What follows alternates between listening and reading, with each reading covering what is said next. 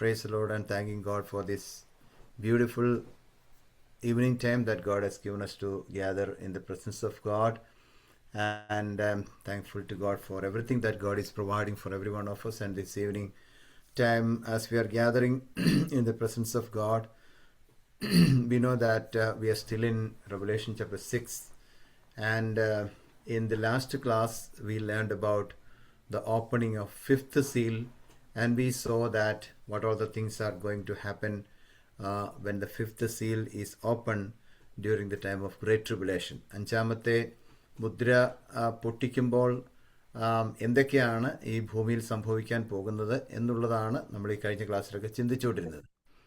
But at the same time, at the end of the class, last class, I was trying to address one of the question which was asked by someone from our church. And the question was Matthew chapter 24 verses 32 and 33 and its relevance to the present situation of Israel. Mathai സുവിശേഷം 24 അധ്യായത്തിൻ്റെ 32-33 വാക്യങ്ങളും അതിൻ്റെ റിലവൻസും കൂടിയാണ് നമ്മൾ ചിന്തിക്കുന്നത്. അതായത് present situation of nation of ഇസ്രയേലും അതിൻ്റെ relevance എന്താണ് ഈ വാക്യവുമായിട്ട് എന്നുള്ള ക്വസ്റ്റ്യനാണ് ചോദിച്ചത്. ആ ക്വസ്റ്റ്യൻ ആൻസർ കണ്ടുപിടിക്കാനായിട്ട് നമ്മൾ താല്പര്യപ്പെടുകയായിരുന്നു, ശ്രമിക്കുകയായിരുന്നു. And even I was trying to give that answer. We just look into the points like the New Testament believers and eschatological significances of nation of Israel and the nation of Israel in the Bible, the Jerusalem temple, and the fulfillment of prophecy of the persecuted and scattered Israelites. So these were the important points that we were discussing in the previous class. ഒരു വിശ്വാസിയെ സംബന്ധിച്ചിടത്തോളം ഈ Israel എന്ന് പറഞ്ഞ നേഷൻ്റെ eschatological സിഗ്നിഫിക്കൻസസ് ഒക്കെ എന്തൊക്കെയാണ്, അല്ലെങ്കിൽ അന്ത്യകാല ശാസ്ത്രവുമായിട്ട് ബന്ധപ്പെടുത്തി എങ്ങനെ നമുക്കതിനെ അതിൻ്റെ പ്രാധാന്യത മനസ്സിലാക്കാനായിട്ട് സാധിക്കും, അല്ലെങ്കിൽ നേഷൻ ഓഫ് ഇസ്രയേൽ എന്ന് പറയുന്നത് ബൈബിളിൽ എങ്ങനെയാണ് കൊടുത്തിരിക്കുന്നത്, എങ്ങനെയാണ് ചിത്രീകരിച്ചിരിക്കുന്നത്, യെരുശലേം ടെമ്പിളിനെ കുറിച്ച് എന്താണ് പറഞ്ഞിരിക്കുന്നത്, അല്ലെങ്കിൽ what is the fulfilment of prophecy of the persecuted and scattered Israelites, പീഡിപ്പിക്കപ്പെടുകയും മറ്റ് രാജ്യങ്ങളിലേക്ക് ചിതറപ്പെടുകയും ചെയ്തതായിരിക്കുന്ന ഇസ്രായേൽ ജനത്തെക്കുറിച്ചുള്ളതായിരിക്കുന്ന പ്രൊഫസീസ് എങ്ങനെയാണ് ഫുൾഫിൽ ആകുന്നത്, അല്ലെങ്കിൽ ആയിക്കൊണ്ടിരിക്കുന്നത്, അല്ലെങ്കിൽ പൂർണ്ണമായിട്ടും അത് ഫുൾഫിൽ ആകുന്നത് എങ്ങനെയാണ് എന്നുള്ളതാണ് നമ്മൾ ചിന്തിച്ചുകൊണ്ടിരിക്കുന്നത്. Tonight we will be continuing to understand the relevance of Matthew chapter 24 verses 32 and 33 to the present situation of Israel. നമുക്ക് വീണ്ടും അതൊന്നുകൂടെ കുറച്ച് കാര്യങ്ങൾ കൂടെ ചിന്തിച്ചെങ്കിൽ മാത്രമേ അതിന് ക്ലിയർ ആയിട്ട് അത് നമുക്ക് മനസ്സിലാക്കാൻ സാധിക്കത്തുള്ളൂ. So first of all, let us read one more time Matthew chapter 24 verses 32 and 33. Matthew chapter 24 verses 32 and 33. Filsi will be reading in English and Praise will be reading in Malayalam. Yeah. Matthew chapter 24 verses 32 and 33. Now learn this lesson from the fig tree. As soon as its twigs get tender and its leaves come out, you know the summer is near. Even so, when you see all these things, you know that it is near, right at the door. അത്തിയെ നോക്കി ഒരു ഉപമ പഠിക്കുവിൻ. അതിന്റെ കൊമ്പ് ഇളതായി ഇല തളിർക്കുമ്പോൾ വേനൽ അടുത്തു എന്ന് നിങ്ങൾ അറിയുന്നുവല്ലോ. അങ്ങനെ നിങ്ങൾ ഇതൊക്കെയും കാണുമ്പോൾ അവൻ അടുക്കെ വാതിക്കൽ തന്നെ ആയിരിക്കുന്നു എന്ന് അറിഞ്ഞുകൊള്ളുവിൻ. So if we go through those verses, we need to know what was the independence of Israel. So we are going to see in the slide that we are going to see about the independence of Israel. ഇസ്രയേലിൻ്റെ സ്വാതന്ത്ര്യം കിട്ടിയതിനെ കുറിച്ച് നമ്മൾ ഒന്ന് ചിന്തിച്ചതിന് ശേഷം നമുക്ക് ബാക്കി കാര്യങ്ങളിലേക്ക് പോകാനായിട്ട് കർത്താവ് സഹായിക്കട്ടെ. In AD 1894, there was a movement of Jews from all over the world to have their own country, and they announced every Jew to come back to Israel to make an own nation for Jewish people. 1894 എല്ലായിടത്തുമുള്ളതായിരിക്കുന്ന യഹൂദന്മാർ മടങ്ങി ഇസ്രയേലിൽ എത്തണം, അല്ലെങ്കിൽ ജെറുസലേമിൽ എത്തണം എന്നുള്ളതായിരിക്കുന്ന ഒരു announcement കൊടുത്തതായിട്ട് നമുക്ക് കാണാൻ സാധിക്കുന്നുണ്ട്. But during those times the turkeys were ruling Jerusalem and Palestine. ഈ പലസ്തീനിലും ജെറുസലേമിലും ഒക്കെ തുർക്കികളായിരുന്നു അന്ന് ഭരിച്ചിരുന്നത്. But in we read about the emperor Hussein Ali.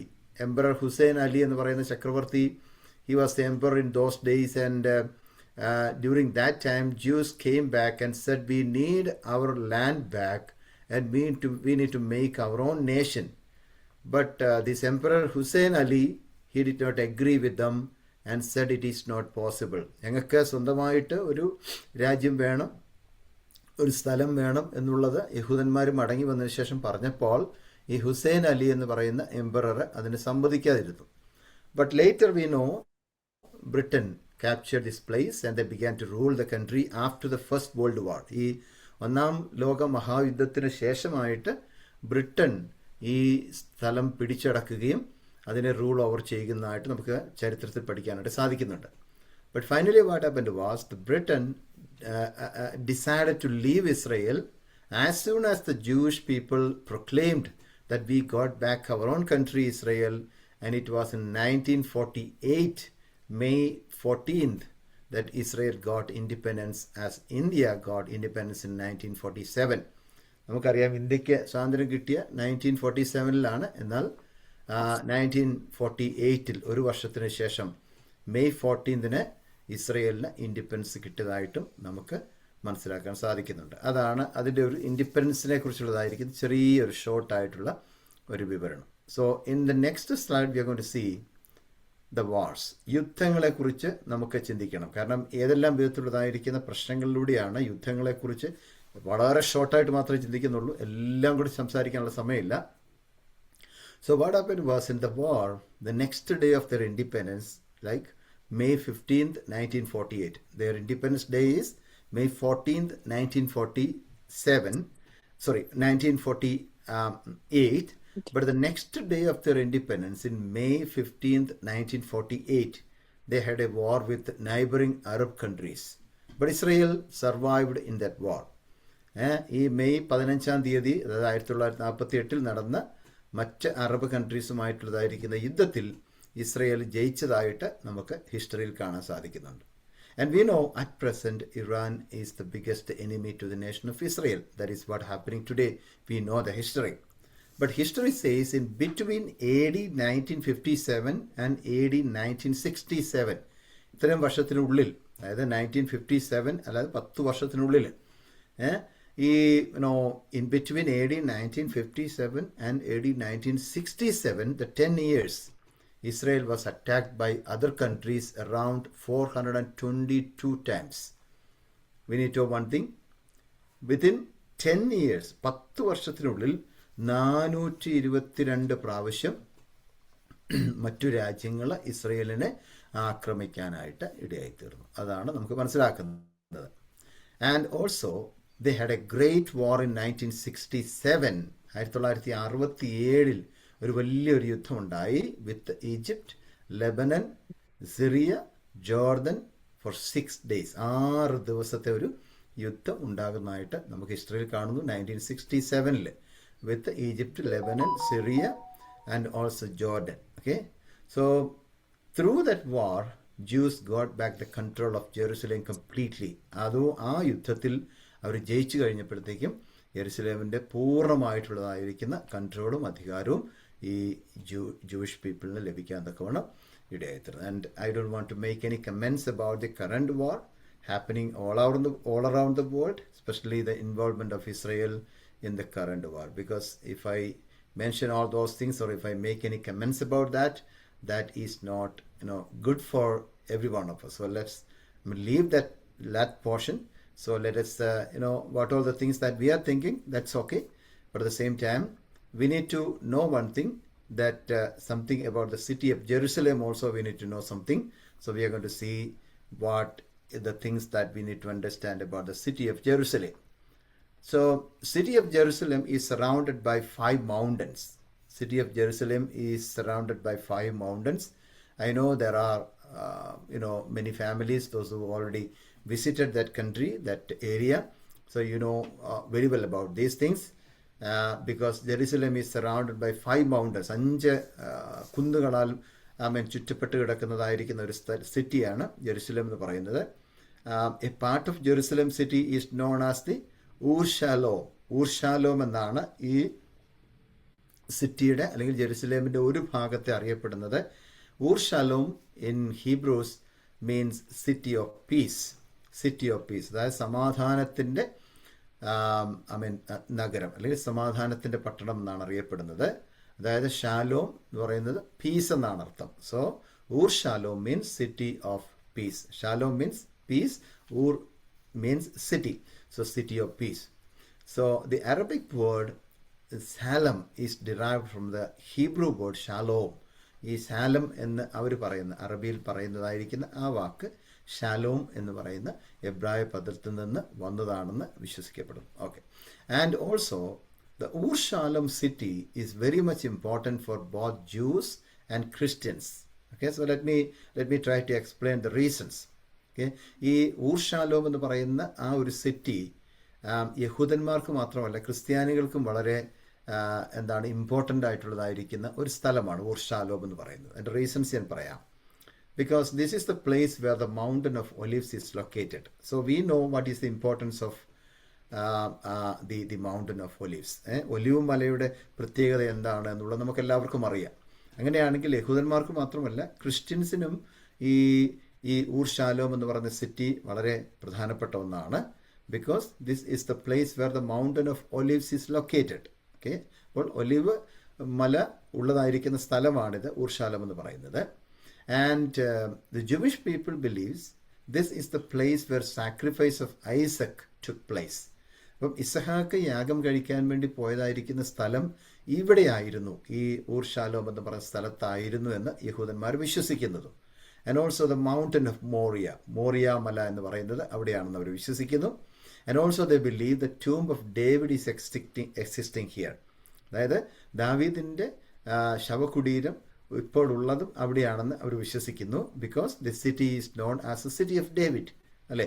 അപ്പം ആ നഗരത്തെ ദാവീദിൻ്റെ നഗരമെന്ന് വിളിക്കുന്നത് കൊണ്ട് ദാവീദിൻ്റെ ശവകുടീരം ടൂംബ് അവിടെയാണ് എന്നാണ് വിശ്വസിക്കപ്പെടുന്നത്. So this is the importance of the Ur Shalom, the city of Ur Shalom for the Jewish people.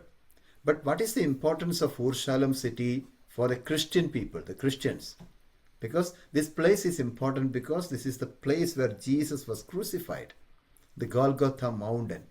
ഈ ഗോൽഗോഥ മല എന്ന് പറയുന്നത് ആ സ്ഥലവും അവിടെ തന്നെ ആയതുകൊണ്ട് ക്രിസ്ത്യാനികൾക്കും ഇതൊരു പ്രധാനപ്പെട്ടതായിരിക്കുന്ന ഒരു സ്ഥലമായിട്ട് കരുതപ്പെടുന്നു. Because Jesus was crucified in that place like the Golgotha mountain. Okay, and also the tomb of Joseph Arimathea, who buried the body of Jesus, and also the courtyard of the high priest Pilate also is here. ഈ 2-3 കാര്യങ്ങൾ അവിടെ തന്നെയാണ് ഇപ്പോഴും ഉള്ളത്. The tomb of Joseph അരിമത്യക്കാരനായിരിക്കുന്ന ജോസഫാണല്ലോ യേശുക്രിസ്തുവിൻ്റെ ശരീരം കൊണ്ടുപോയി അടക്കം ചെയ്തത്. അതും അതുപോലെ തന്നെ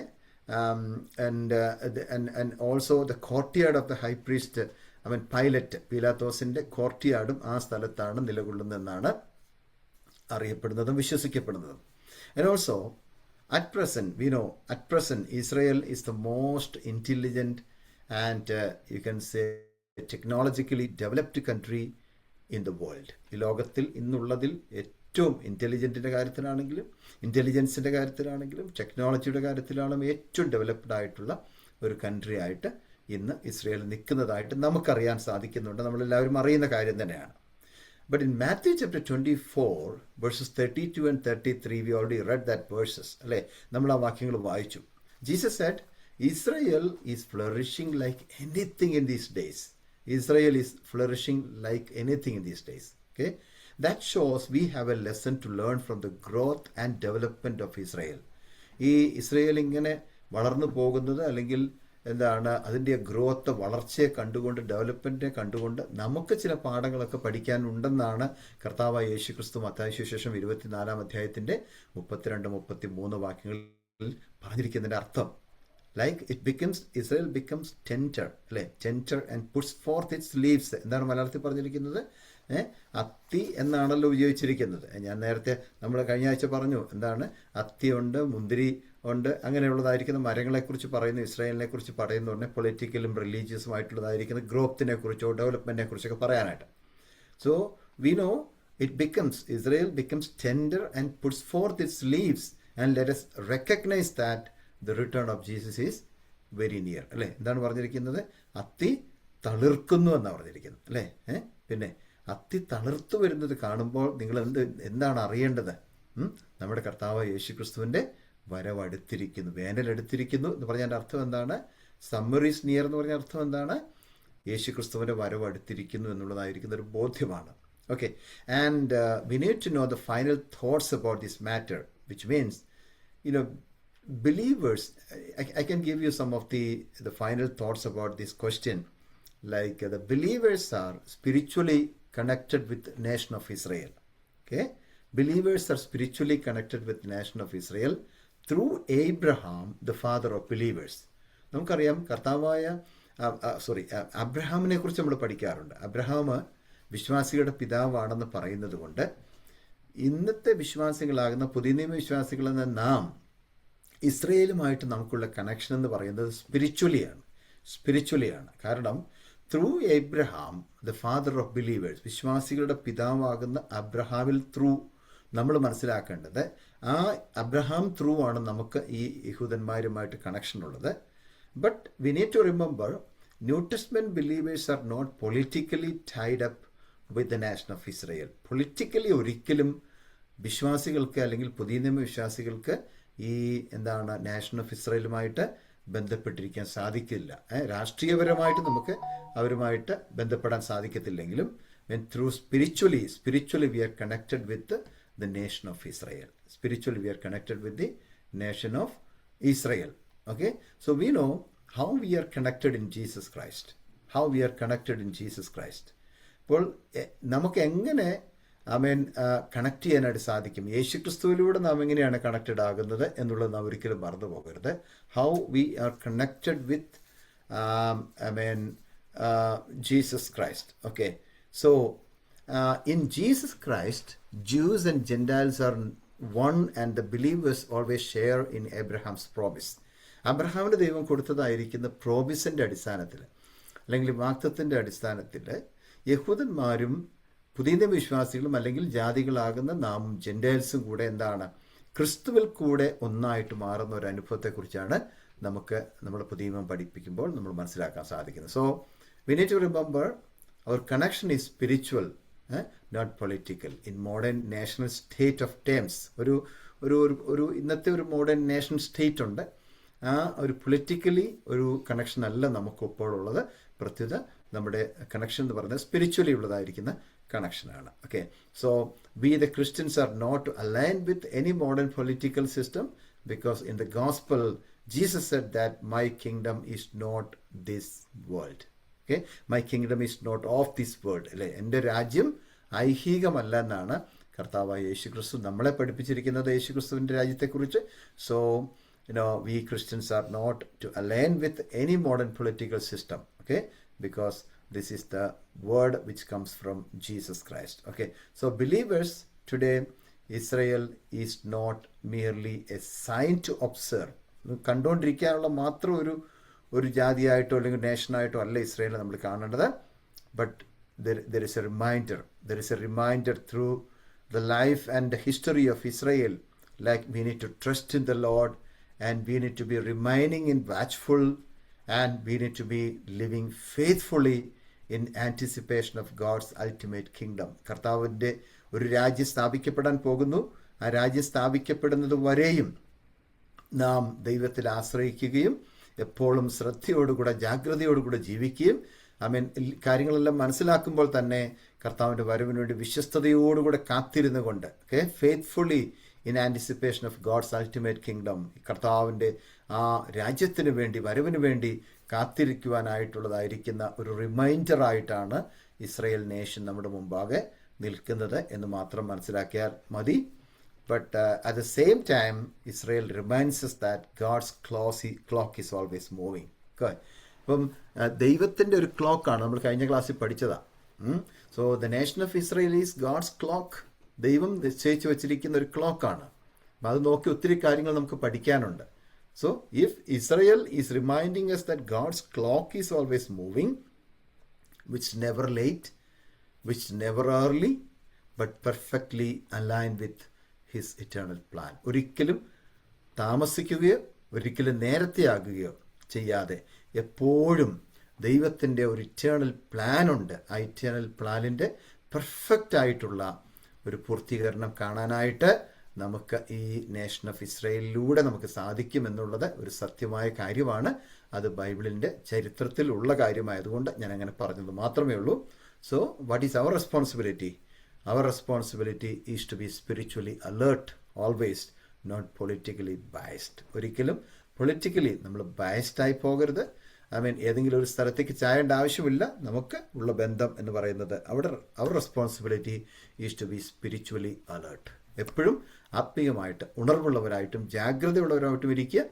നമ്മുടെ കാര്യം നമ്മൾ ഓക്കെ ആക്കുക. ദൈവസന്നിധിയിൽ ചെല്ലാനുള്ളതായിരിക്കുന്ന പ്രോഗ്രാം എന്ത് ചെയ്യണോ അത് മുഴുവൻ ചെയ്ത് കർത്താവിന് വേണ്ടി വിശ്വസ്തയോടെ ജീവിക്കുക എന്നുള്ള കാര്യം മാത്രമേ നമ്മുടെ ഉത്തരവാദിത്തമായിട്ട് ദൈവം നമുക്ക് തന്നിട്ടുള്ളൂ എന്ന് നാം മനസ്സിലാക്കുക. And always remember the flourishing of the nation of Israel is reminding us that our generation is living in a end times. ഒരു അന്ത്യകാലത്തിൻ്റെ സമയത്ത് നമ്മൾ ജീവിക്കുന്നു, നമ്മുടെ ഈ തലമുറ ജീവിക്കുന്നു എന്നുള്ളത് നമ്മൾ മനസ്സിലാക്കാൻ വേണ്ടി ഒത്തിരി കാര്യങ്ങൾ ഇപ്പോൾ സംഭവിച്ചുകൊണ്ടിരിക്കുന്നു. അത് ഓർക്കുക, വിശ്വസ്തയോടെ കർത്താവിനെ സേവിക്കുക. ദൈവം അനുഗ്രഹിക്കട്ടെ. So we will go to the next slide, that is about the sixth seal. So now let us come back to Revelation chapter 6. So I was trying to address that question, and that question, I believe that question, the answer is clear. And now we are going back to Revelation chapter 6, and let us see the opening of the sixth seal. I think we already read that portion, Revelation chapter 6 verses 12 to 17 last week, but we will read only verses 12, 13 and 14. Revelation chapter 6 verses 12, 13 and 14. Yeah. I watched as he opened the sixth seal. There was a great earthquake. The sun turned black like sackcloth made of goat hair. The whole moon turned blood red. And the stars in the sky fell to the earth as figs drop from the fig tree when shaken by a strong wind. The heavens receded like a scroll being rolled up, and every mountain and island was removed from its place. 6-ാം മുദ്ര പൊട്ടിച്ചപ്പോൾ വലിയൊരു ഭൂകമ്പമുണ്ടായി. സൂര്യൻ കരിമ്പണം പോലെ കറുത്തു. ചന്ദ്രൻ മുഴുവനും രക്തതുല്യമായി തീർന്നു. അത്തിവൃക്ഷം പെരുങ്കാറ്റുകൊണ്ട് കുലുങ്ങിയിട്ട് കായ് ഉതിർക്കുന്നതും പോലെ ആകാശത്തിലെ നക്ഷത്രങ്ങൾ ഭൂമിയിൽ വീണു. പുസ്തകച്ചുരുൾ ചുരുട്ടും പോലെ ആകാശം മാറിപ്പോയി. എല്ലാ മലയും ദ്വീപും സ്വസ്ഥാനത്തുനിന്ന് ഇളകിപ്പോയി. Okay. So it is not easy for us to understand all these things. Why these things are happening and what is happening there when the sixth seal is open. 6-ാമത്തെ മുദ്ര പൊട്ടിക്കുമ്പോൾ കാണാൻ പോകുന്ന സംഭവങ്ങളെക്കുറിച്ചാണ് ഈ വാക്യങ്ങളൊക്കെ പറയുന്നത്. നമ്മൾ ഓരോന്നോരോന്നാടി ചിന്തിക്കാൻ പോവുകയാണ്. But we already learned about when the first 4 seals were opened, John saw peace and diversion of peace, war, death, famine and the pestilence. അല്ലേ? ആദ്യത്തെ 4 മുദ്രകളും പൊട്ടിച്ചപ്പോൾ യോഹന്നാൻ കണ്ട കാര്യങ്ങൾ എന്തൊക്കെയായിരുന്നു? പീസിനെ കുറിച്ച് അല്ലെങ്കിൽ സമാധാനത്തെക്കുറിച്ച് കണ്ടു. സമാധാനത്തിൻ്റെ ഒരു ചിത്രം അല്ലെങ്കിൽ ഒരു പിക്ചർ കണ്ടു. പിന്നെ ആ സമാധാനം പതുക്കെ മാറുന്നതായിട്ട് കാണുന്നു. അല്ലെങ്കിൽ 3.5 വർഷം സമാധാനമായിട്ടിരിക്കുന്നു, നല്ല ഒരു ഭരണം പോലെ തോന്നുന്നു. പക്ഷെ 3.5 വർഷം കഴിയുമ്പോൾ there is a diversion of peace. സമാധാനം മാറിയിട്ട് യുദ്ധം വരുന്നു, മരണം വരുന്നു, ക്ഷാമമുണ്ടാകുന്നു, പെസ്റ്റിലൻസ്, എന്താണ്, മഹാവ്യാധികൾ ഉണ്ടാകുന്നു. ഇതെല്ലാം സംഭവിക്കുന്നതായിട്ടൊക്കെ നമ്മൾ 4 സീൽസ് പൊട്ടിച്ചപ്പോൾ നമ്മൾ കാണുന്നതായിട്ട് കണ്ടു. And those things speaks about the political situation in future during the time of rule of Antichrist. അപ്പം ആൻറ്റിക്രൈസ്റ്റ് എതിർക്രിസ്തു ഭരിക്കുന്നതായ സമയത്ത് രാഷ്ട്രീയപരമായിട്ട് ഭാവിയിൽ എന്തൊക്കെയാണ് സംഭവിക്കാൻ പോകുന്നത്, എങ്ങനെയൊക്കെ ആയിരിക്കും എന്നുള്ളതാണ് ഈ 4 സീലുകളും മുദ്രകൾ പൊട്ടിക്കുമ്പോൾ നമുക്ക് കാണാൻ സാധിക്കുന്നത്. And in 5th seal, there we see many who did not accept Antichrist and still believed in Jesus Christ as their savior will be martyred by Antichrist and his followers. അപ്പോൾ ആ സമയത്തും അല്ലെങ്കിൽ ഈ മഹോപദ്രവ സമയത്ത് during the time of Great Tribulation, there will be many people, those who are not able to or those who are not willing to accept Antichrist. ഈ എതിർക്രിസ്തുവിനെ സ്വീകരിക്കാനായിട്ട് തയ്യാറല്ലാത്ത കുറേ പേർ അന്നും കാണും. ഒരു പക്ഷേ എടുക്കപ്പെടാൻ പറ്റാത്ത ആളുകൾ കാണും. അതുപോലെ തന്നെ രക്ഷിക്കപ്പെടാത്ത ആളുകൾ അന്നും കാണുമല്ലോ. ആമേൻ. ഇന്ന് രക്ഷിക്കപ്പെട്ടവർ ഒരു പക്ഷേ എടുക്കപ്പെടാത്തവർ കണ്ടേക്കാം, അല്ലാതെ രക്ഷിക്കപ്പെടാത്തവർ കണ്ടേക്കാം. അവരിൽ ആരെങ്കിലുമൊക്കെ ഒരു പക്ഷേ ഈ എതിർ ക്രിസ്തുവിനെ സ്വീകരിക്കാൻ മനസ്സില്ലാതെ അവരെതിർത്ത് നിൽക്കും. അല്ലെങ്കിൽ ആ സമയത്ത് എന്ത് സംഭവിക്കുമെന്നറിയാമോ? അവർ പറയും, ഞങ്ങൾക്ക് ഈ എതിർ ക്രിസ്തുവിനെ വേണ്ട, ഈ ആൻറ്റി ക്രിസ്റ്റിനെ വേണ്ട എന്ന് പറഞ്ഞുകൊണ്ട് മാറി നിൽക്കുമ്പോൾ അവിടെ സംഭവിക്കാൻ പോകുന്ന കാര്യങ്ങളൊക്കെ ഉണ്ട്. And that speaks about the spiritual situation in future during the time of the rule of Antichrist. So two things will happen during the time of the Great Tribulation when Antichrist is going to rule over.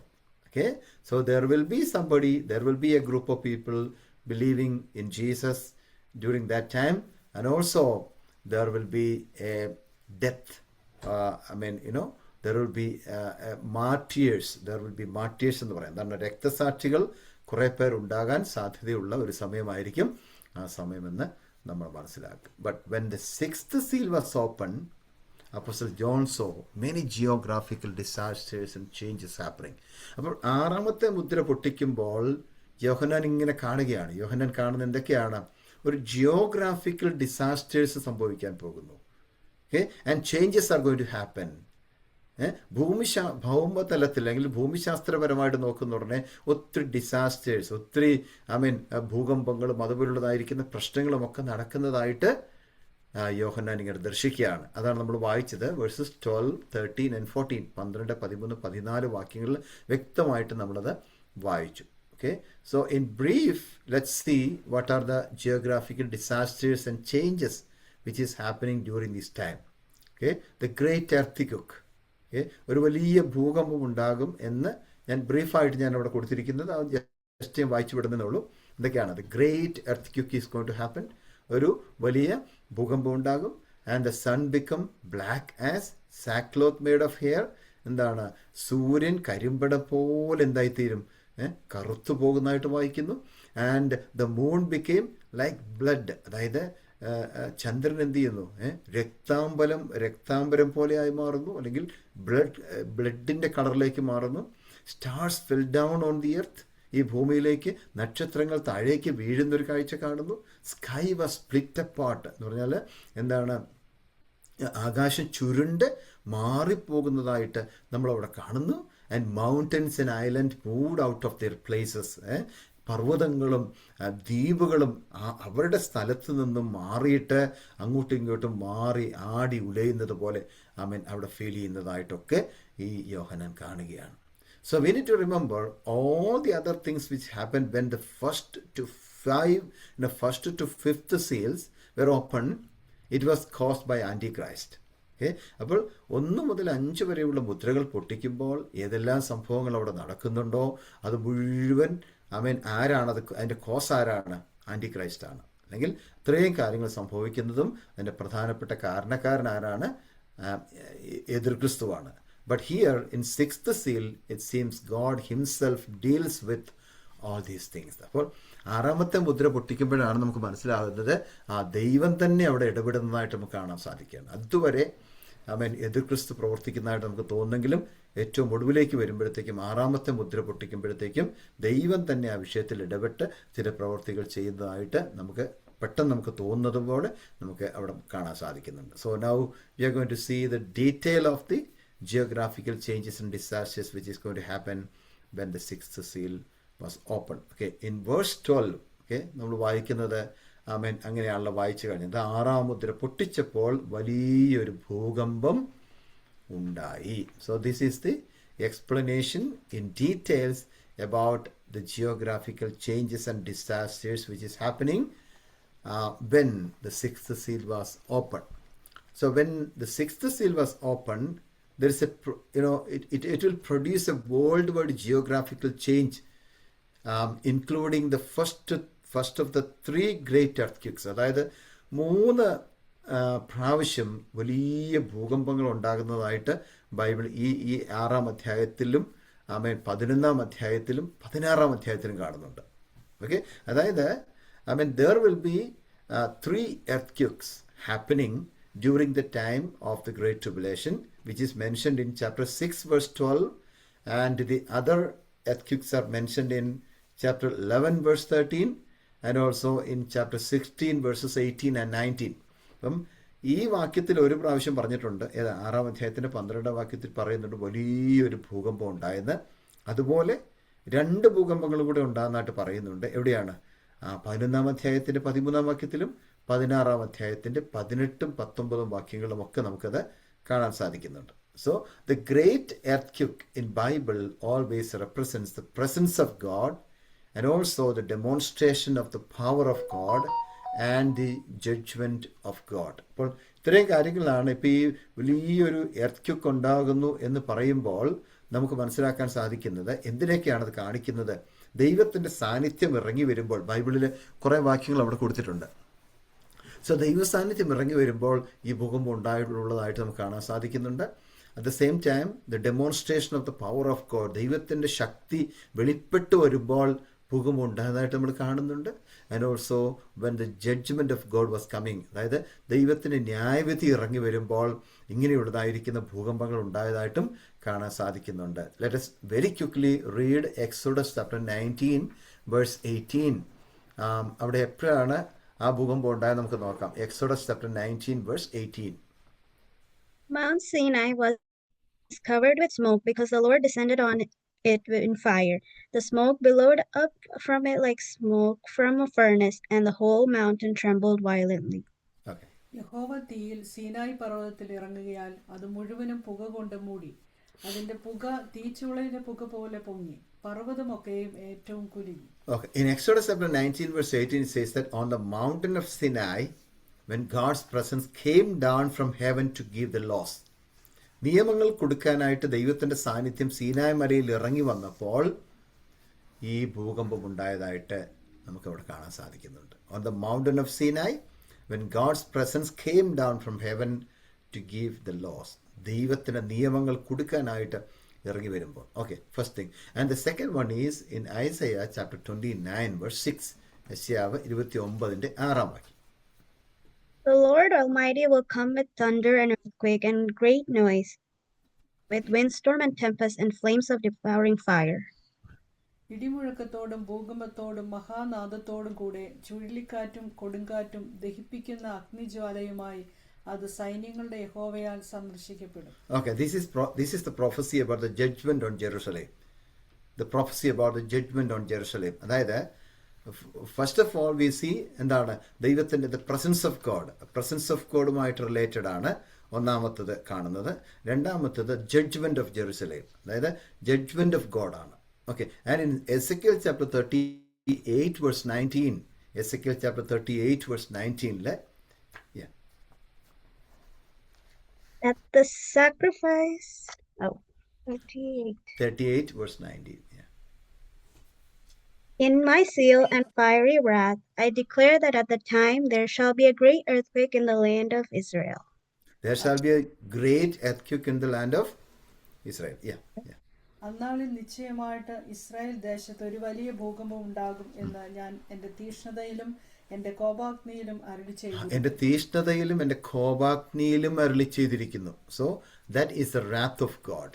ദൈവത്തിൻ്റെ ക്രോധത്തെക്കുറിച്ചാണ് കാണിക്കുന്നത്. അപ്പം ഒരു earth ഉണ്ടാകുക അല്ലെങ്കിൽ ഭൂമികുലുക്കം ഉണ്ടാകുക എന്ന് പറയുന്നത് ബൈബിളിൽ സംഭവിച്ചിട്ടുള്ളത് എന്തിനെക്കുറിച്ചാണ്? ഈ റാത്ത് ഓഫ് ഗോഡാണ്. ദൈവത്തിൻ്റെ ക്രോധം അല്ലെങ്കിൽ ദൈവത്തിൻ്റെ ഉഗ്ര കോപത്തെക്കുറിച്ച് തീഷ്ണതയെക്കുറിച്ചുമാണ് കാണിക്കുന്നത്. And also in Matthew chapter 27 verse 51 and 28 verse 2. Matthew chapter 27 verse 51. At that moment the curtain of the temple was torn in two from top to bottom. The earth shook, the rocks split.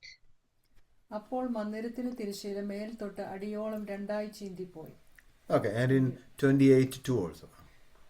There was a violent earthquake, for an angel of the Lord came down from heaven and going to the tomb rolled back the stone and sat on it.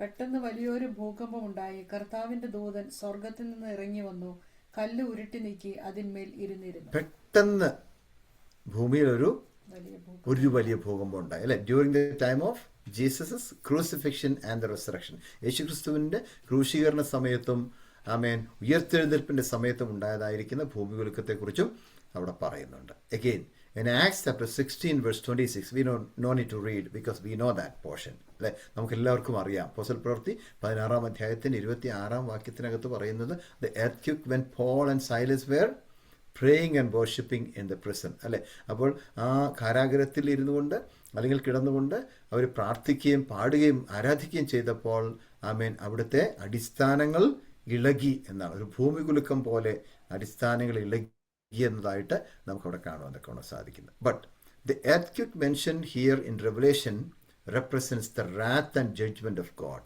on the unbelieving world.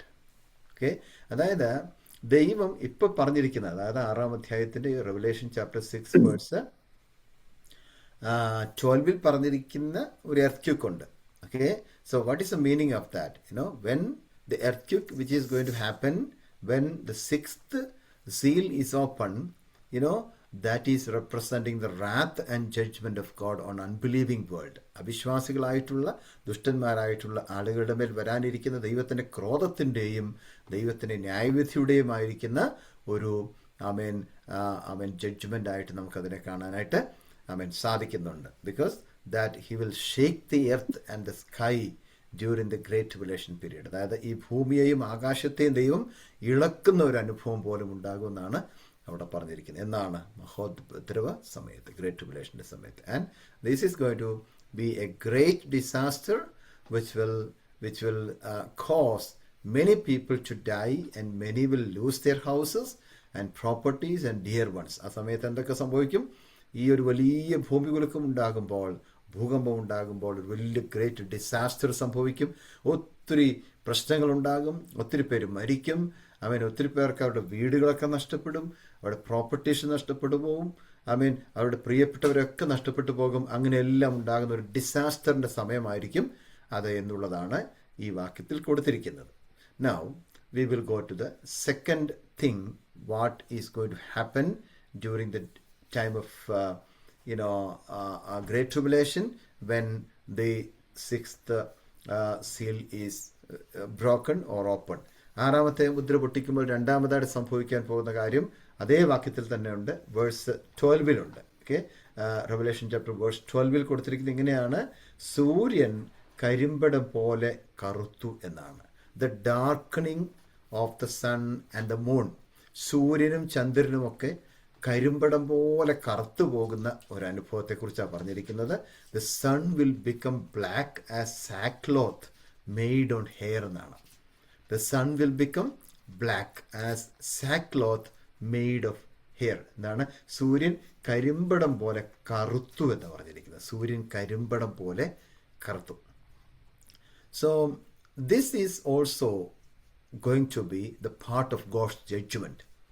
ഇതും ദൈവത്തിൻ്റെ ന്യായവിധിയുടെ ഒരു അനുഭവമായിട്ട് കാണാൻ സാധിക്കുന്നത്. ഇപ്പം ഞാൻ നേരത്തെ പറഞ്ഞല്ലോ, 1 മുതൽ ഒരു പരിധിവരെ 1 മുതൽ 5 വരെയുള്ളതായിരിക്കുന്ന സീലുകൾ പൊട്ടിക്കുമ്പോൾ, മുദ്രകൾ പൊട്ടിക്കുമ്പോൾ അതിനകത്ത് പ്രധാനമായിട്ടും ആൻറ്റിക്രൈസ്റ്റ് തന്നെയാണ് ആ കാര്യങ്ങൾ ചെയ്യുന്നത്. പക്ഷേ 6ാമത്തെ മുദ്ര പൊട്ടിക്കുമ്പോൾ ഒരു ചെറിയ ചേഞ്ച് വരുന്നുണ്ട്. അവിടെ ദൈവം തന്നെ ഇറങ്ങി വരുന്നതായിട്ടാണ് കാണിക്കുന്നത്. ഇങ്ങനെയുള്ള സംഭവങ്ങളൊക്കെ നടക്കുമ്പോൾ ബൈബിളിലും മറ്റ് സ്ഥലങ്ങളിൽ ദൈവത്തിൻ്റെ ഒരു സാന്നിധ്യം ഇറങ്ങി വരുന്നതായിട്ടും ജഡ്ജ്മെൻറ്റ് വരുന്നതായിട്ടും ഒക്കെയാണ് കൊടുത്തിരിക്കുന്നത്. അതുമായിട്ട് റിലേറ്റ് ചെയ്താണ് കൊടുത്തിരിക്കുന്നത്. സോ അതുകൊണ്ടാണ് നമുക്ക് ചിന്തിക്കാൻ സാധിക്കുന്നത് ദൈവത്തിൻ്റെ ഒരു ഇടപാട് ആ സമയത്ത് ഉണ്ടാകുമെന്നുള്ളത്. ഓക്കെ, എന്താണ് അതുവരെ ആൻറ്റിക്രൈസ്റ്റിനെ ഏൽപ്പിച്ചിരിക്കുകയായിരുന്നു ചെയ്യാനായിട്ട്. പക്ഷേ ഈ അവസാന സമയമാകുമ്പോഴത്തേക്ക് എന്താണ് ദൈവം തന്നെ ചില പ്രവൃത്തികൾ ചെയ്യുന്നതായിട്ടാണ് നമുക്ക് കാണാൻ സാധിക്കുന്നത്. Okay, so that is A reason that we can say that this will happen as a part of God's judgment, as a part of God's judgment. ദൈവത്തിൻ്റെ ന്യായവിധിയുടെ ഒരു ഭാഗമായിട്ട് നമുക്കതിനെ കാണാൻ സാധിക്കുന്നുണ്ട്. Okay, in Genesis chapter 1 verse 16 we read about sun. Okay, ഈ സൂര്യനെ കുറിച്ച് നമ്മൾ 1-ാം അധ്യായത്തിൻ്റെ 16-ാം വാക്യത്തിൽ ജെനസിസിൽ വായിക്കുന്നുണ്ട്. വായിക്കാമോ? Genesis chapter 1 verse 16. പകൽ വാഴേണ്ടതിന് വലിപ്പമേറിയ വെളിച്ചവും രാത്രി വാഴേണ്ടതിന് വലിപ്പം കുറഞ്ഞ വെളിച്ചവുമായി 2 വലിയ വെളിച്ചങ്ങളെ ദൈവം ഉണ്ടാക്കി, നക്ഷത്രങ്ങളെയും ഉണ്ടാക്കി. ഓക്കെ, എന്തൊക്കെയാ പറഞ്ഞിരിക്കുന്നത്? God made the 2 great lights എന്നാണ് പറഞ്ഞിരിക്കുന്നത് അല്ലേ? God made the 2 great lights. Okay? The larger light to shine during the daytime and the smaller light to shine during the night time. Okay? അത് പറഞ്ഞാൽ അതെന്താണ് ശരിക്കും? The sun and the moon. അല്ലേ, സൂര്യനെയും ചന്ദ്രനെയും ഉണ്ടാക്കിയതിനെ കുറിച്ചാണ് പറഞ്ഞിരിക്കുന്നത്. God made the 2 great lights, 2 വലിയ വെളിച്ചങ്ങളെ ഉണ്ടാക്കിയെന്നാണ് അവിടെ പറഞ്ഞിരിക്കുന്നത്. Okay, the larger light to shine during the day, അതായത് വലുപ്പമേറിയ ഒരു ഒരു ഒരു വെളിച്ചത്തെ ഉണ്ടാക്കി. എന്തിനു വേണ്ടിയാണ്? പകലെ ശോഭിക്കാനായിട്ട്, പകല് കത്താനായിട്ട്.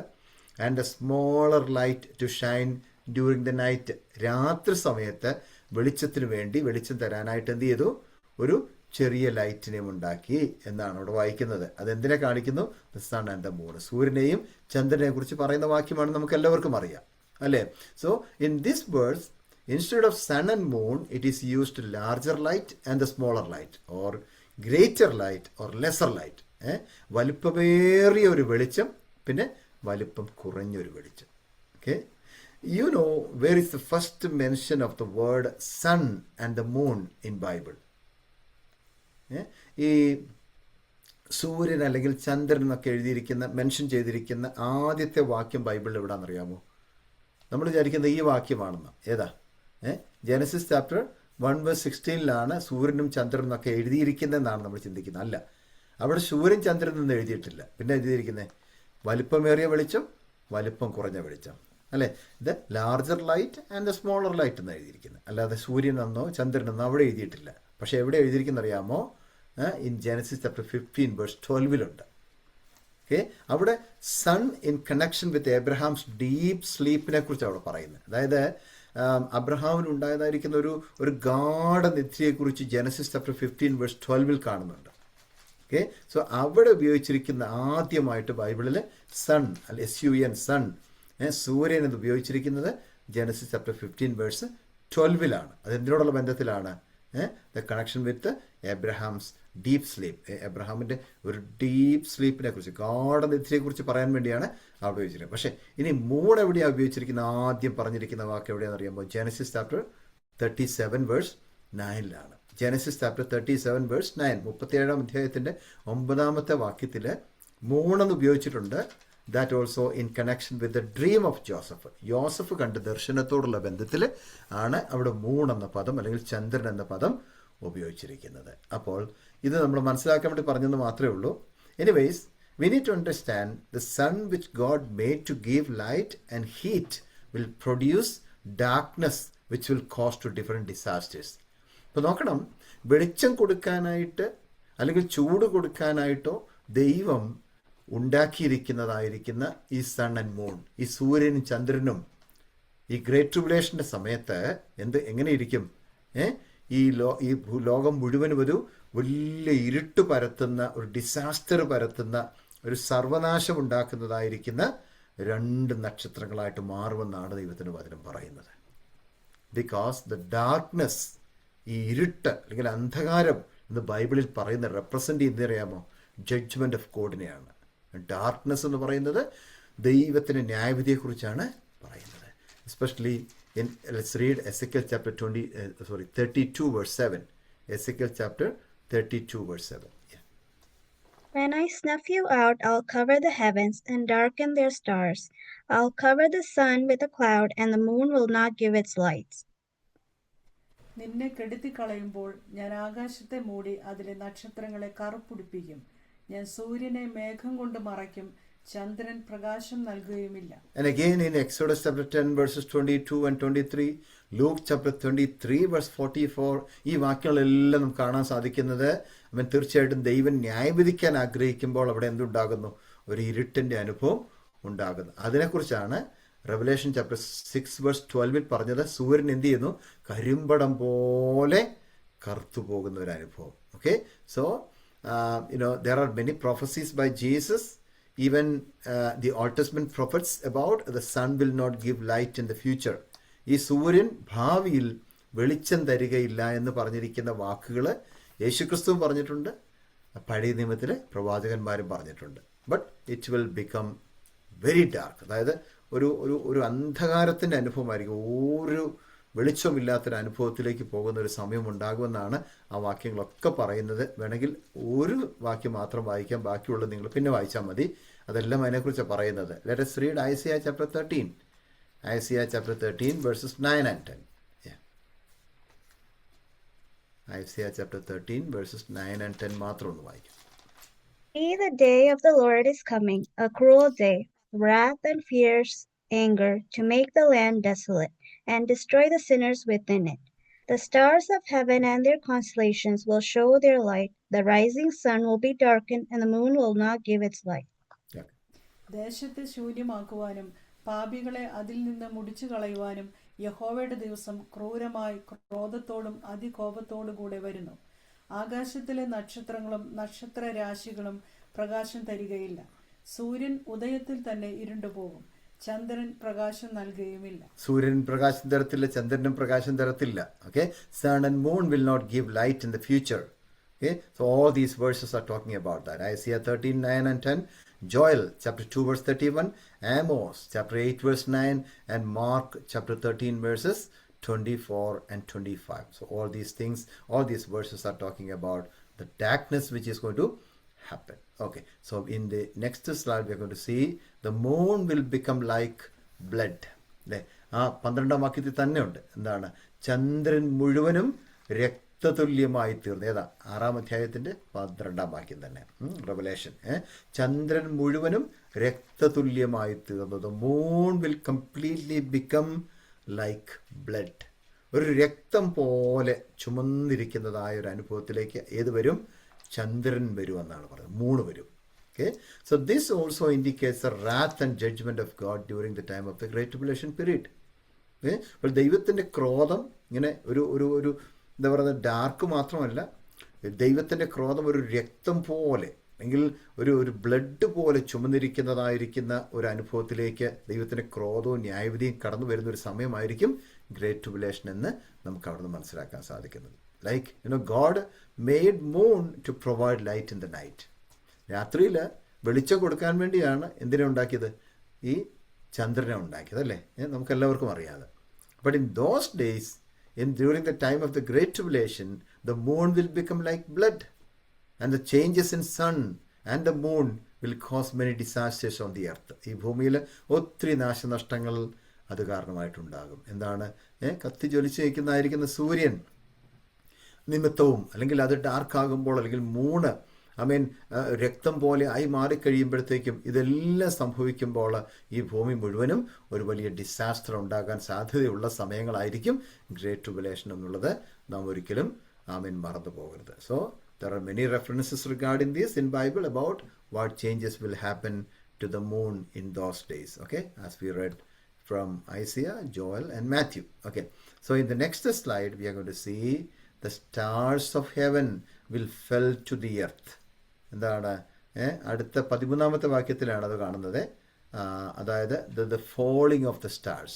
The falling of the stars ആണ്.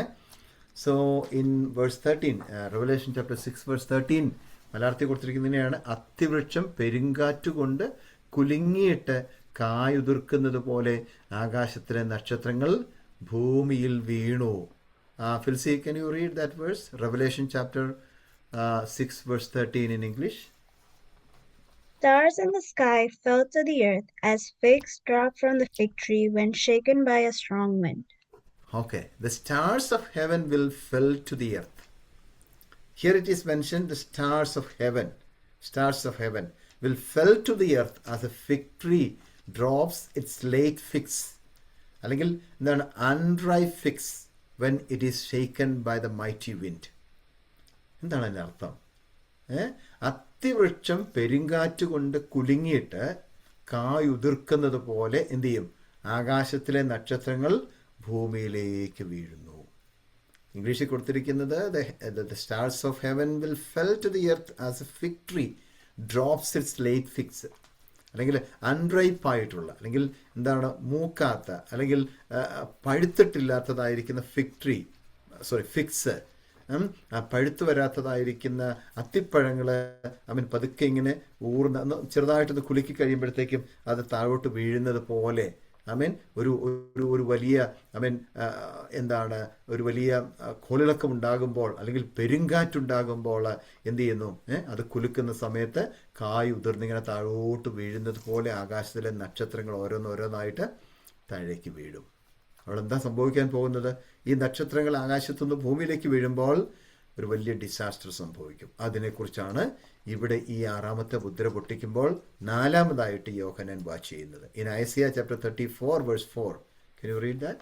Isaiah chapter 34 verse 4 also, which clearly says about what will happen to the stars in these days. All the stars in the sky will be dissolved, and the heavens rolled up like scroll. All the starry hosts will fall like withered leaves from the vine, like shriveled figs from the fig tree. ആകാശത്തിലെ സൈന്യമെല്ലാം അലിഞ്ഞു പോകും, ആകാശവും ഒരു ചുരുൾ പോലെ ചുരുണ്ടുപോകും. അതിലെ സൈന്യമൊക്കെയും മുന്തിരിവള്ളിയുടെ ഇല വാടിപ്പൊഴിയുന്നത് പോലെയും മുന്തിരിവള്ളിയുടെ ഇല വാടിപ്പൊഴിയുന്നത് പോലെയും അത്തിവൃക്ഷത്തിന്റെ കായ് വാടിപ്പൊഴിയുന്നത് പോലെയും അത്തിവൃക്ഷത്തിന്റെ കായ വാടി പൊഴിയുന്നത് പോലെയും എന്ത് ചെയ്യും? പൊഴിഞ്ഞു വീഴും. Okay, so Isaiah chapter 34 verse 4 also very clearly explains about what will happen to the stars. നക്ഷത്രങ്ങൾക്ക് എന്ത് സംഭവിക്കാൻ പോകുന്നു ആ സമയത്ത് എന്നുള്ളത് അവിടെ പറയുകയാണ്. The host of the sky എന്നാണ് പറഞ്ഞിരിക്കുന്നത് അല്ലേ, ആകാശത്തിലെ സൈന്യം എന്നാണ് പറഞ്ഞിരിക്കുന്നത് അല്ലേ, ആകാശത്തിലെ സൈന്യം. ആകാശത്തിലെ സൈന്യം ഏതാണ്? നക്ഷത്രങ്ങളാണ്. ദൈവം വിരിച്ചിട്ടിരിക്കുന്ന നക്ഷത്രങ്ങളാണ് ആകാശത്തിൽ കാണുന്നത്. So the host of the sky, അല്ലെങ്കിൽ ആകാശത്തിലെ നക്ഷത്രങ്ങൾ എന്ത് ചെയ്യും? ആകാശത്തിലെ സൈന്യങ്ങൾ എന്ത് ചെയ്യും? ഈ ഭൂമിയിലേക്ക് വീഴും. ഇവിടെ ഇല വീഴുന്നത് പോലെയോ, അല്ലെങ്കിൽ അത്തിപ്പഴം വീഴുന്നത് പോലെയോ, അല്ലെങ്കിൽ മുന്തിരിവള്ളിയിൽ നിന്ന് ഇലകൾ പൊഴിഞ്ഞു വീഴുന്നത് പോലെയോ വീഴുമെന്നാണ് പറഞ്ഞിരിക്കുന്നത്. The same thing is written in Matthew chapter 24 verse 29 also, that stars will fell down from heaven. മത്തായി സുവിശേഷം 24 അധ്യായത്തിൻ്റെ 29 വാക്യത്തിലും കർത്താവായ യേശു ക്രിസ്തു പറഞ്ഞിരിക്കുന്നത് അതേ കാര്യം തന്നെയാണ്. നക്ഷത്രങ്ങൾ എന്ത് ചെയ്യും? ആകാശത്തു നിന്ന് പൊഴിഞ്ഞു വീഴും. And one more point we will discuss and we will pray. The fifth one is the sky will split apart. The sky will split apart. അതിനെക്കുറിച്ച് 14 വാക്യത്തിലാണ് പറഞ്ഞിരിക്കുന്നത്. റെവലേഷൻ ചാപ്റ്റർ 6 വേഴ്സ് 14 പറഞ്ഞിരിക്കുന്നത് പുസ്തക ചുരുൾ ചുരുട്ടും പോലെ ആകാശം മാറിപ്പോയി. പുസ്തക ചുരുൾ ചുരുട്ടും പോലെ ആകാശം മാറിപ്പോയി. The sky was split apart like a scroll when it is rolled up. പുസ്തകത്തിൻ്റെ ചുരുൾ എങ്ങനെയാണ് ചുരുട്ടിയെടുക്കുന്നത്? ഇതുപോലെ എന്ത് സംഭവിക്കും? ഗ്രേറ്റ് ട്രിബുലേഷൻ്റെ സമയത്ത് ആകാശം ഇങ്ങനെ ചുരുണ്ടു പോകുന്നു, റോൾഡായിട്ട് ഇങ്ങനെ പോകുമെന്ന് പറയും. ഐസിയ ചാപ്റ്റർ 13 വേഴ്സ് 13 അത് കാണുന്നുണ്ട്. 2 പീറ്റർ ചാപ്റ്റർ 3 വേഴ്സ് 10 കാണുന്നുണ്ട്. അത് മാത്രം ഒന്ന് വായിച്ചാട്ടെ. 2 Peter chapter 3 verse 10. So we were reading all the verses from the Old Testament. Well, we are going to read one verse from the New Testament also. 2 Peter chapter 3 verse 10. 2 പത്രോസ് 3 അധ്യായത്തിന്റെ 10 വാക്യം. But the day of the Lord will come like a thief. The heaven will disappear with a roar. The elements will be destroyed by the fire, and the earth and everything done in it will be laid bare. കർത്താവിന്റെ ദിവസമോ കള്ളനെ പോലെ വരും. അന്ന് ആകാശം കൊടിമുഴക്കത്തോടെ ഒഴിഞ്ഞു പോകും. മൂലപദാർത്ഥങ്ങൾ കത്തിയഴുകയും ഭൂമിയും അതിലുള്ള പണിയും വെന്തു പോകുകയും ചെയ്യും. Okay, that's it. And we will go to the next one. Okay, we will try to finish the 6th one also, the 6th point also, and we will conclude with a word of prayer. So the 6th one is the mountains and islands will move out of their places. 14 വാക്യത്തിലുണ്ട്. എന്താണ്? The mountains and the islands will move out of their places. അവിടെ കൊടുത്തിരിക്കുന്നത് revelation chapter 6 verse 14 കൊടുത്തിരിക്കുന്നത് എല്ലാ മലയും ദ്വീപും സ്വസ്ഥാനത്ത് നിന്ന് ഇളകിപ്പോകുന്നതായിട്ട് ആര് കാണുന്നു? യോഹന്നാൻ കാണുകയാണ്. So in our understanding it is not possible to move the mountains and islands from its place, but because of the wrath of God that is going to happen, and that also will cause many deaths and calamities on the earth. Even if you go to Jeremiah chapter 4 verses 24 and 25, Nahum chapter 1 verse 5, Revelation chapter 16 verse 20, okay, just read that verse only. Revelation chapter 16 verse 20. Revelation chapter 16 verse 20. Only that verse. Every island fled away, and the mountains could not be found. സകല ദ്വീപും ഓടിപ്പോയി, മലകൾ കാണുവാനില്ലാതെയായി. Kanda. See, actually, it is very, very difficult for us to understand how it is going to happen. Moving the mountains or islands from its place. It is not believable. നമുക്ക് വിശ്വസിക്കാൻ പറ്റാത്തൊരു കാര്യമാണ് ഈ മലകളും ഈ ദ്വീപുകളും ഒക്കെ അതിൻ്റെ സ്ഥാനത്തുനിന്ന് മാറിയിട്ട് അങ്ങോട്ടും ഇങ്ങോട്ടും പോകുന്നതൊന്നും നമുക്ക് ചിന്തിക്കാൻ കഴിയത്തില്ല. പക്ഷേ ഈ വാക്യങ്ങളെല്ലാം അതാണ് എഴുതിയിരിക്കുന്നത്. This is going to happen during the time of great tribulation. Okay, and അത് കാരണത്താൽ എന്ത് ചെയ്യും? അനേകർ മരിക്കുകയും ഒത്തിരി കലാമിറ്റീസ് ഈ ഭൂമിയിൽ ഉണ്ടാകുകയും ചെയ്യും എന്നുള്ളത് ഒരിക്കലും മറന്നു പോകരുത്. So remember one more thing, these all things are happening even today also in A lower level. ഇന്നും ഇതൊക്കെ സംഭവിക്കുന്നില്ലേ? കുറേ കാര്യങ്ങളൊക്കെ സംഭവിക്കുന്നില്ലേ? ചെറുതായിട്ട് സംഭവിക്കുന്നില്ലേ? ഉണ്ട്. എത്രയോ സ്ഥലത്ത് there are earthquakes, there are tsunamis, changes in sun, changes in moon, changes in stars and sky, disasters are happening, pestilence are happening, and many more things are happening today, but in a lower level. But all these things will happen in a higher range during the time of great tribulation, which indicates the judgment of God will be heavier than what we see and experience today. And in Revelation chapter 6 verses 15 through 17, it says that then the kings of the earth, the princes, the generals, the rich, the mighty, and everyone else, both slave and free, will hide in caves and among the rocks of the mountains. എന്താണ് നാളിൽ എന്താ സംഭവിക്കും? ഒത്തിരി പേര് ഓടിപ്പോയിട്ട് ഈ ഭൂമിയിലെ രാജാക്കന്മാർ, പിന്നെ പ്രഭുക്കന്മാർ, ജനറൽസ്, പിന്നെ റിച്ചായിട്ടുള്ള ഭൂമിയിലെ രാജാക്കന്മാർ, മഹത്തുക്കൾ, സഹസ്രാധിപന്മാർ, ധനവാന്മാർ, ബലവാന്മാർ, സകല ദാസന്മാർ, സ്വതന്ത്രർ, ഇവരൊക്കെ എന്ത് ചെയ്യും? ഗുഹകളിലും മലപ്പാറകളിലും ഒളിച്ചുകൊണ്ട് മലകളോട് പാറകളോട് എന്ത് ചെയ്യും? ഞങ്ങളുടെ മേൽ വീഴുവീൻ എന്ന് പറയുന്നൊരു സമയം വരും. എന്താ അവർ പറയാൻ പോകുന്നത്? fall on us and hide us from the face of him who sits on the throne and from the wrath of the Lamb. For the great day of their wrath has come, and who can withstand it?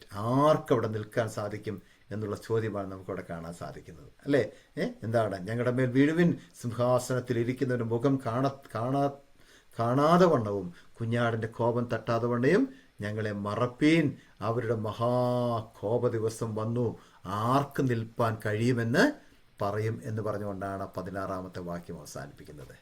Okay, so this is they are trying to hide themselves in the caves. ഗുഹകളിലൊക്കെ ഒളിച്ചിരിക്കാൻ അവർ ശ്രമിക്കുകയാണ്. And inside the rock of the mountains, മലകളിലുള്ളതായിരിക്കുന്ന പാറകളുടെ ഇടയ്ക്ക് ഒളിച്ചിരിക്കാനായിട്ട് ശ്രമിക്കുകയാണ്. എപ്പോഴാണ് ഇങ്ങനെയുള്ള പ്രശ്നങ്ങൾ വരുമ്പോൾ? ഈ ആകാശത്തുനിന്ന് ഈ നക്ഷത്രങ്ങളൊക്കെ താഴോട്ട് വീഴുമ്പോൾ ഒളിച്ചിരിക്കാൻ ശ്രമിക്കുന്നു, പക്ഷെ ആർക്കും ഒളിക്കാൻ കഴിയത്തില്ല. അത്രമാത്രം ദൈവത്തിൻ്റെ ക്രോധം നിറഞ്ഞു നിൽക്കുന്ന ഒരു സമയമായിരിക്കും. But there is a hope for the believers. There is a hope for the believers. We believers and the children of God are not afraid to stand before Jesus. Okay, the unbelievers and the wicked people on those days will be afraid to stand before God. But at the same time, we people, the believers and the children of God, we are not afraid to stand before Jesus, because we will be with him while he judge and punish the world. Even now we have the access to come to the throne of God without any hindrances, അല്ലേ? ഇന്ന് നമുക്ക് നമ്മുടെ ദൈവത്തിൻ്റെ സന്നിധിയിലേക്ക് അടുത്തു വരാനായിട്ടും കർത്താവിനെ വിളിച്ചപേക്ഷിക്കാനായിട്ടും യാതൊരു ബുദ്ധിമുട്ടുമില്ലാത്ത ഒരു സമയമാണ്. ഒരു ഹിൻഡ്രൻസസും നമുക്കില്ല, അല്ലേ? വളരെ സന്തോഷത്തോടു കൂടെ ഈ കൃപാസനത്തിൻ്റെ അടുത്തേക്ക് ഇന്ന് നമുക്ക് പോകാൻ ഒക്കുന്നത് പോലെ അന്നും നമ്മുടെ കർത്താവിൻ്റെ കൂടെ ആയിരിക്കും. So I am going to wind up the class today, with a word of prayer. John Sarangal is going to pray. So let us bring everyone the mighty hand of God this evening time.